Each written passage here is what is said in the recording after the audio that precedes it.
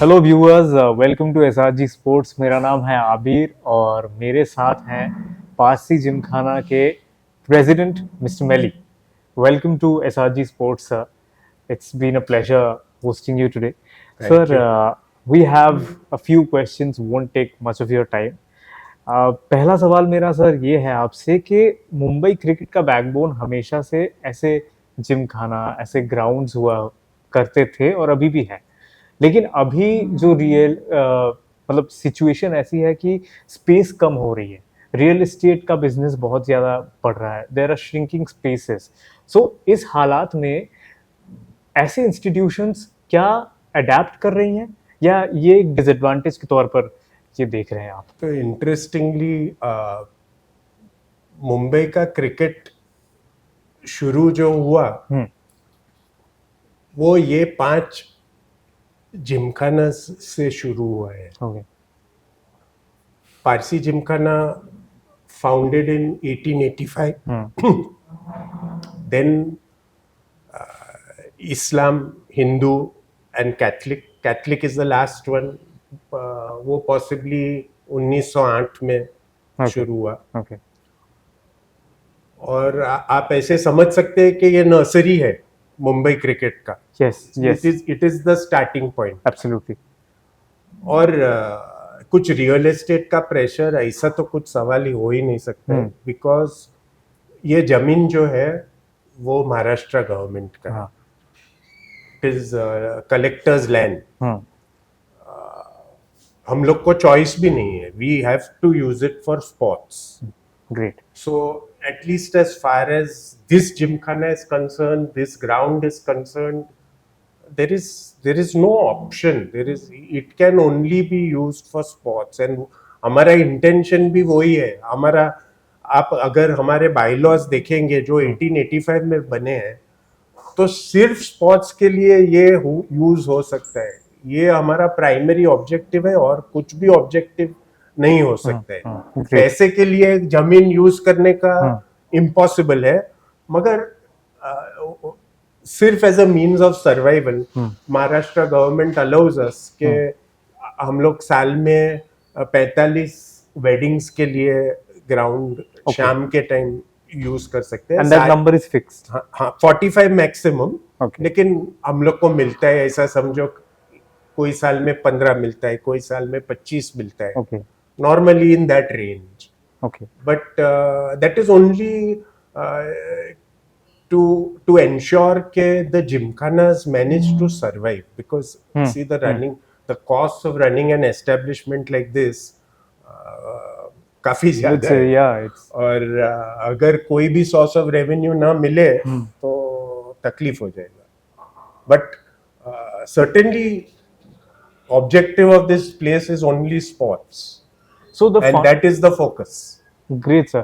So the funds that you're talking about, those weddings and celebrations that are conducted here, तो जो भी funds होते हैं वो पूरी तरह से अपग्रेडेशन और प्लेयर बेनिफिट्स और प्लेयर्स के लिए ही वो चैनलाइज होती हैं। सच बोलूं तो वो फंड्स तो जिमखाना का रनिंग में ही चला जाता है। ऐसा समझो जिमखाना को सैलरीज और ये इलेक्ट्रिसिटी सब कुछ खर्चा मिनिमम महीने का 20 से 25 लाख है। तो ऐसा समझो कि साल में 2.5 से 3 करोड़ का तो खर्चा है, बेसिक खर्चा, including the running of the cricket team etcetera.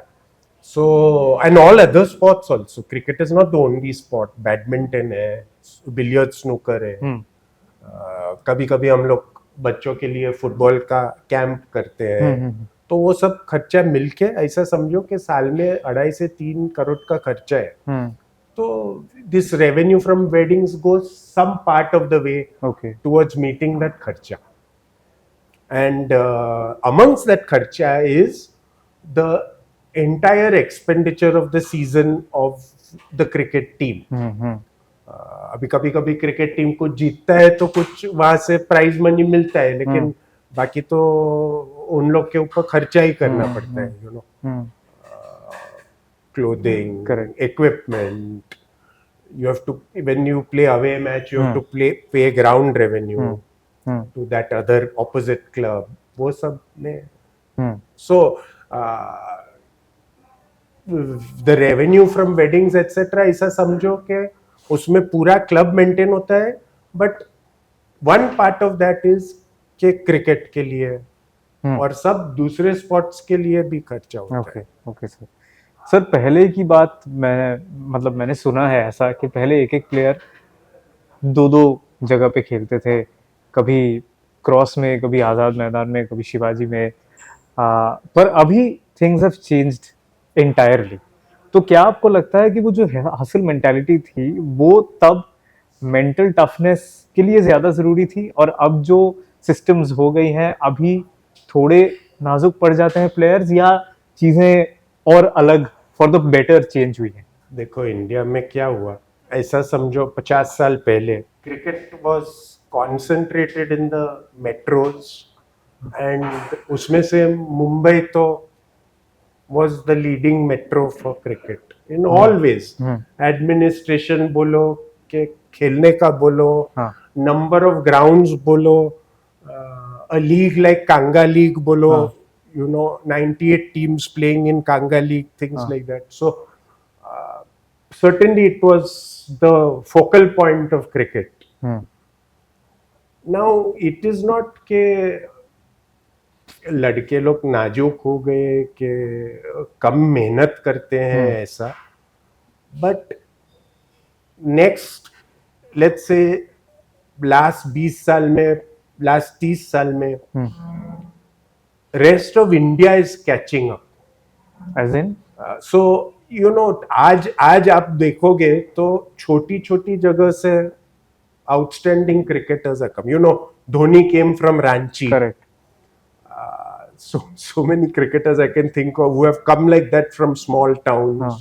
You have this example of a 14-year-old boy Suryavanshi playing for Rajasthan Royals. He has come from a small place. So you know, it is no longer now the privilege or the prerogative of the metros कि उन लोग ही खेल सकते हैं, कि उन लोग का ही क्रिकेटर्स अच्छे खेलेंगे। करेक्ट। अभी तो पूरा इंडिया से किधर किधर से निकल आता है। Sanju Samson is from Kerala, after Srishant is the first, you know, international cricketer to come into the Indian team from Kerala. So like that all other places are catching up and have caught up. And maybe एक चीज है कि certainly in these out of metro places, out of Mumbai, some of these boys who are coming through the system, they have got hunger in their bellies to succeed, you know, ऐसा उन लोग में fire है कि कुछ भी करके I will lift myself. You take Jaiswal's case, you know, he's been probably Amali's son, and you know, when he came to Bombay, he was staying in the Maidans, overnight in the tents, etc. But that fire to succeed, कि कुछ भी करके I have to do this. So probably compared to youngsters from, let's say, who were born, bred, lived in Mumbai and brought up, now this new cadre of cricketers who are coming have got that extra determination, I will say, to do well, to practice hard, to practice throughout morning, evening, go to the gym, practice in the nets. So it's a revolution ultimately in India. When people from small places also succeed, so it is a complete, I will say, revolution. I'm so happy to hear that. Sports के लिए तो अच्छा है, ऐसा समझो कि cricketers 100 town से आ रहे हैं तो बहुत अच्छा है। पहले चार के 5 जगह से आते थे mainly, and you know very early before the 60s and all, cricket was largely dependent on the patronage of the Maharajas and all. अभी ऐसा कुछ नहीं है, किधर से भी पब्लिक आ सकता है, जिसमें टैलेंट है और मेहनत करने को रेडी है वो सक्सीड हो। Sir I can see two very interesting things over here. एक तो है हिस्टोरिक टेस्ट क्रिकेट का जब टाई हुआ था इंडिया ऑस्ट्रेलिया के बीच, उसके उस मैच के स्टंप्स दिख रहे हैं मुझे, और एक मुझे जर्सी दिख रही है to Parsi Gymkhana best wishes Rishi Sunak फरवरी 2025। इसकी स्टोरी सर थोड़ी हमारे दर्शकों को बताइए. So you know, India was host to the second type test in history. First type test was in 1961 Okay. between Australia and West Indies Oh. at Brisbane. Okay. And so after 1961, this is a type test of 1987 Huh. or 1986. Sorry. 1986. So it was after. That means 25 years later, you had the second tight. And you know what is a tight test? At the end of 5 days, scores are equal for both हाँ, teams. हाँ. तो वो तो बहुत ऐसा समझो बहुत अजीब सी चीज है. हाँ, हाँ. ऐसा कुछ नॉर्मल तो नहीं है. अभी 1986 से वी हैव रीच 2026 और 40 साल हुए, पर there is no third tied test in history. तो the history behind this is that Dara Dotiwala was one of the umpires. Yes. In that tried test at Chennai between Australia and India. And Dara Dotiwala must have, picked up the bails at the end of the match.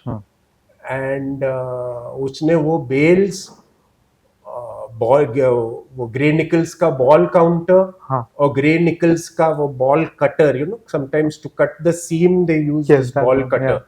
सो ये 3 item Dara डोटीवाला ने जिमखाना को gift किए और बोला कि actually let me tell you, it is one of the most, in my mind I have no doubt that it is one of the most, ऐसा समझो, generous donations that any human being could have given, because he could have auctioned this for substantial amount of money. Correct. But he said no, Parsi Gymkhana will preserve it. I have been a member of the Gymkhana and I want Parsi Gymkhana to display it and to preserve it, so that के ऐसा समझो कि 100 साल के बाद भी कोई देख सकेगा कि ये टाइट टेस्ट का ये मेमोरेबिलिया है. Or that's the, and with it he wrote a personal letter to the Gymkhana, which also we have framed within this. But like I told you, ekdam generous donation from. And sir, what about that? So Rishi Sunak was in Bombay for a few days, and he went for breakfast to CCI one morning. Okay. And Khodada, our vice president and cricket secretary, a very influential man in cricketing circles in Mumbai. तो किसी ने उसको बोला कि Rishi Sunak CCI पे है. तो I don't know उसने किसको कांटेक्ट किया, बट ऑब्वियसली CCI से ऋषि सुनक इधर आया. अभी उस दिन मैं बॉम्बे में नहीं था बिकॉज मेरा डॉटर का कुछ ग्रेजुएशन था, so I was unfortunately I miss the event. So Rishi Sunak came that Sunday morning to the Gymkhana और उसने जिमखाना का ये टी शर्ट सही करके दिया. तो हम लोग ने ये भी हमारा बार में लगाया है जस्ट एज अ मोमेंटो. तो and Rishi Sunak, as you know, was एकदम passionately fond of cricket. Yes. Whenever there is a match at Lord's, he always makes it a point to go there at least one of the days. Correct. So that's the history behind that T-shirt. And like that, you will find a lot of nice things. There is a cricket bat over there which has been signed by all the players who played a one-day international between India and England. That's also an outstanding piece of memorabilia over there. Yes.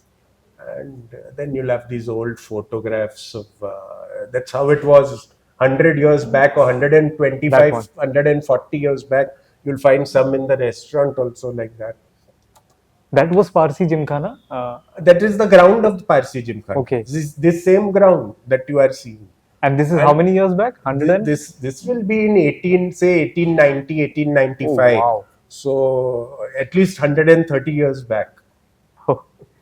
And I don't know, somebody must have taken some old time photograph and then from that it has got developed and thoda enlarged kiya hai. Correct. So nice. Sir, one last question. आपका नाम इस legacy से जुड़ा हुआ है और हम जिस टूर्नामेंट के लिए आए हैं, हालांकि आज आखिरी दिन है इस टूर्नामेंट का, where we are grateful to have been a part of this tournament and we are grateful to you as well for giving us this much time. So sir, मेरा एक सवाल है, मतलब एक्चुअली 2 सवाल है मेरे. तो आपने पहले जो कहा कि एक बहुत बड़ा चंक जाता है only to maintain this kind of an institution, and you have been here for the longest time now. तो दो सवाल, पहला सवाल यह है कि सर व्हाट, हर बार ऐसा नहीं होता कि कोई टीम जीत रही है, फंड्स आ रहे हैं, प्राइज मनी आ रही है, सो देर इज अ, और आप बोल रहे थे वेडिंग्स 45 अलाउड है, बट कभी कभी 15 20 25 इसी में अटक जाती है, उससे सिर्फ मेंटेनेंस ही होता है और इसके बावजूद भी कई सारे कॉस्ट्स हैं। तो what drives you to still, be a part of this sport and this institution so passionately? This is the first question, sir. And the second question is, after your tenure, how do you want to ensure, or how do you want to see Parsi Gymkhana progressing? So these are the two. मेरा interest और passion थोड़ा personal है। हाँ, मेरा पिताजी भी इधर president था yes. 5 साल के लिए, 90 और 95 के बीच, 1990 टू श्री मानिक गोलवाला 1995। जी। तो उसके लिए तो पारसी जिमखाना वॉज घर, और पारसी जिमखाना सेकंड ऐसा। तो ही वॉज, वो तो इधर एटलीस्ट वीक में 3-4 टाइम आते थे, ब्रिज खेलते थे, क्रिकेट खेलते थे। तो उसके लिए तो पारसी जिमखाना उसका मन में तो एकदम महान इंस्टीट्यूशन था। तो और वो जब वो क्रिकेट खेलते थे तो मैं भी संडेज को आता था उसको देखने के लिए। एंड देन वो रिटायर हुए 1971 में, उसके बाद भी मैं संडेज को आ रहा था मैचेस देखने के लिए। तब मेरा ability to play zero, but देखने के लिए, एंजॉय करने के लिए, अंडरस्टैंड करने के लिए बहुत ज्यादा इंटरेस्ट था। फ्रैंकली थोड़े साल के लिए तो मैं आया भी नहीं, मैं चार्टर्ड अकाउंटेंट हूँ, मैं काम में एकदम अटक गया। तो थोड़े साल के लिए तो आया ही नहीं। देन मेरे पिताजी ने, एक दोस्त ने मुझको एक दिन बोला 2012 में कि आप बस इधर आओ और कुछ भी करके कमेटी पे आओ, और हम लोग को जो भी आप टाइम दे सकते हो, मदद दे सकते हो तो करो। तो मैं आया 2012 में, मैं वाइस प्रेसिडेंट बना। तो आपको थोड़ा पुश किया गया? Yes, yes, you are right, you can say that. तो मैं आया और फिर मैं भी ज्यादा इंटरेस्ट लेने लगा। एंड मैं क्या बोला कि ये लेगेसी है मेरा। मेरे पिताजी के लिए तो पारसी जिमखाना वाज नंबर 1 घर के बाद। तो मैं भी मेरे पिताजी के याद में बहुत सारी चीज इधर करता हूँ और थोड़ा टाइम देता हूँ, और तो कुछ नहीं। बाकी तो ये जो सब कुछ है वो मेंबर लोग का है। It is a members club, manage by a committee, but ultimately it is what the members do and what the members allow you to do. Yes. All credit must be given to them. That is so generous of you to say है। that. Yes. And ऐसा नहीं है। अभी ऐसा समझो 1885 से 2000, you asked me second question, so 1885 से 2026, तो ऐसा समझो 141 साल हो गए हैं। तो ये तो इंस्टीट्यूशन है। मेरे बाद भी ये इंस्टीट्यूशन को कोई ना कोई संभालेंगे, कोई ना कोई इंटरेस्ट, पैशन के साथ ये इसका देखभाल करेंगे। And such institutions don't die, ये तो परमानेंट है। एब्सोल्युटली। किधर मिलेगा कि कोई चीज 141 साल के लिए is alive? Any club, any, is very few in the whole world. I can tell you कि Bombay Gymkhana was established in 1875, but till 1930s it was a Gora's club. Only foreigners, Europeans were allowed to become members. So this is the first, you can say this is the oldest Indian institution in Mumbai in the cricketing scene. There were older clubs and all, but some of them were like Orient Club on Marine Drive, etc. That is more for cards and things like that, not so much for sport. And there are older clubs in the south and all, this Ooty Club and this, but none of them, let us say, for cricket. So this you can say is the oldest institution which has cricket at its forefront. In Bombay Gymkhana, Indians could not become members till 1940, 50. Correct. Around independence time, they started taking Indians Correct. as members. So I don't think anybody has to worry about the future or No. institutions like this. Somebody or the other will be there, and there are all good people. There are so many good members.